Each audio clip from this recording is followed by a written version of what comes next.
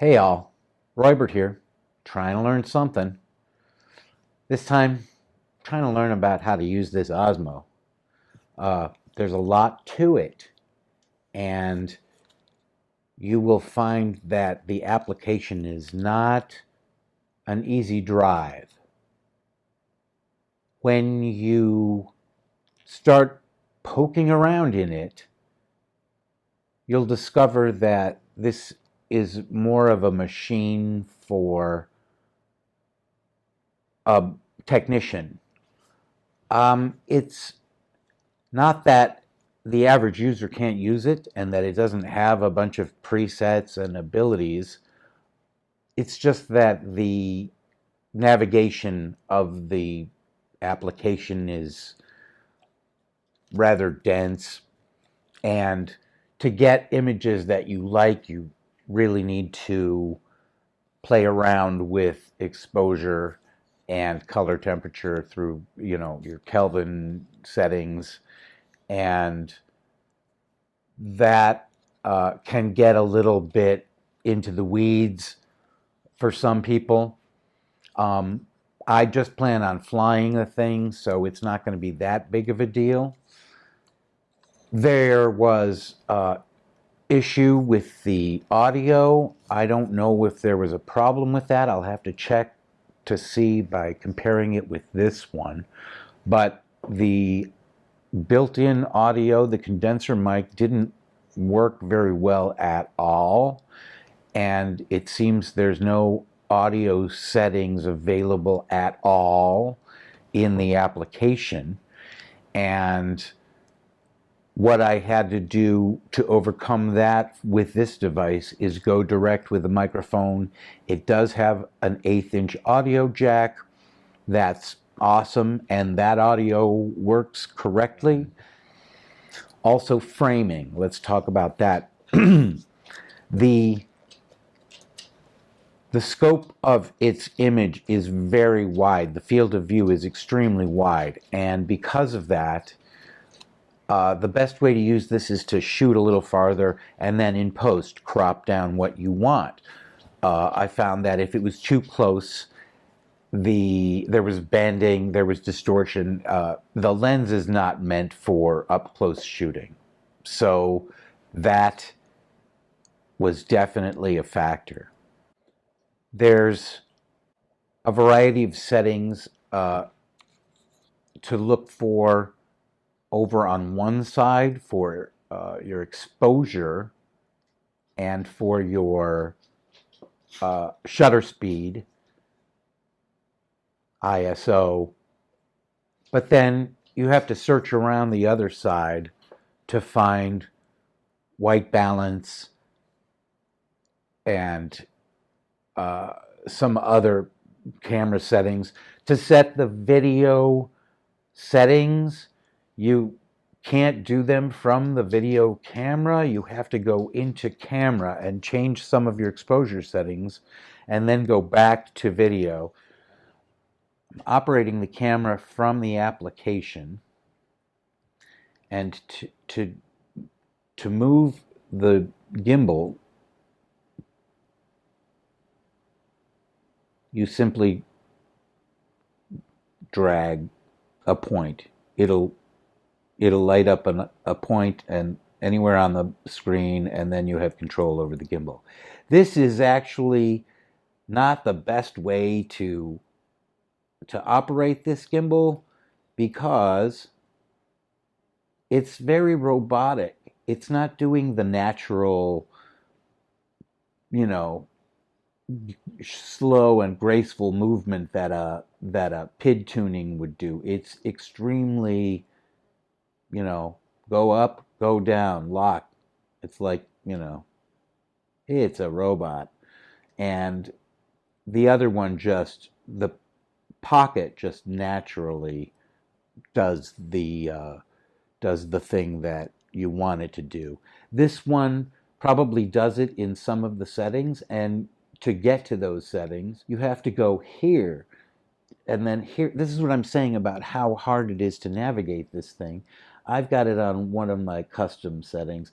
If I want it to behave better, I can put it on these three presets, and then it doesn't the PID tuning is all set for you. If you want to go into custom, you can then do panning and tilting and change the behavior of the motors themselves.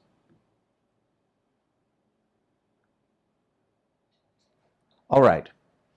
One of the early complaints about this was that although it did so well with its three-way axes, the people were complaining that you could still see bobbing, and that is eliminated because they created a Z-axis piece of hardware that it's a little expensive because it's an electronic connection. It's not just a spring between the two. There's got to be a cable inside there that's a communications cable, some sort of coax. That eliminates that last problem that was being complained of, and that is Z-axis, and that then basically turns this into a Steadicam. This is a serious piece of equipment, and you can't be Homer Simpson or Peter Griffin to operate this. You really should know a little bit about photography. If we're talking about which one you should use, the Pocket is they gave up on this clearly because it was too complicated for the average user and it was too kitschy for the professional. So they went with the Pocket, and they did the right thing because it performs better and it's easier to use, and the robotics are just as good. The viewer does not know the difference. The one thing that makes this superior is probably the enormous size of the sensor and the glass lens, the size of the lens, and the ability of the thing. The programmability is very high, but again, not for a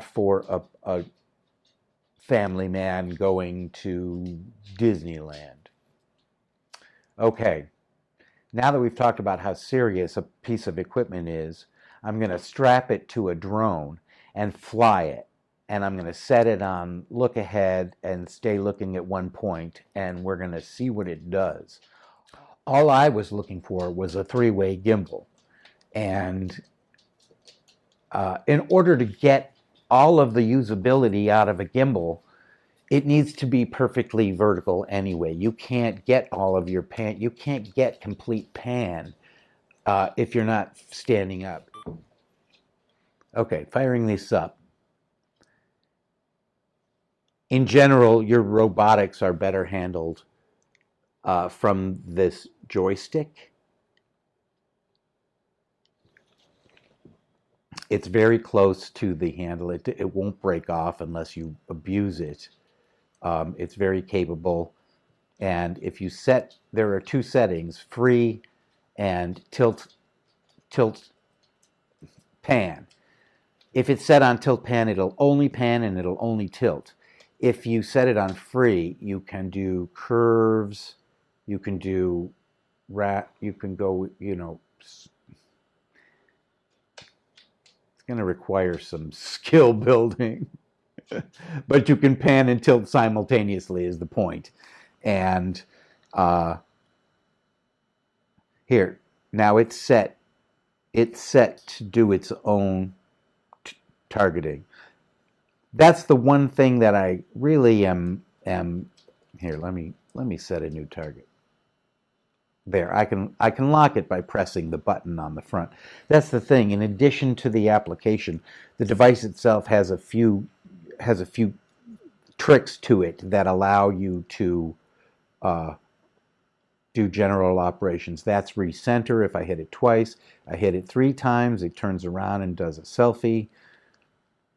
I hit it twice, it goes back to centering. Once locks it in place if I wanted to look at something in particular.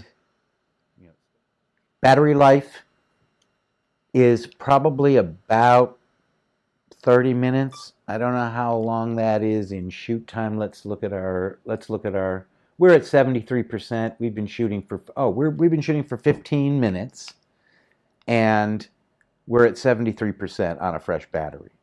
So you'll probably get more than 30 minutes of shoot time from a battery.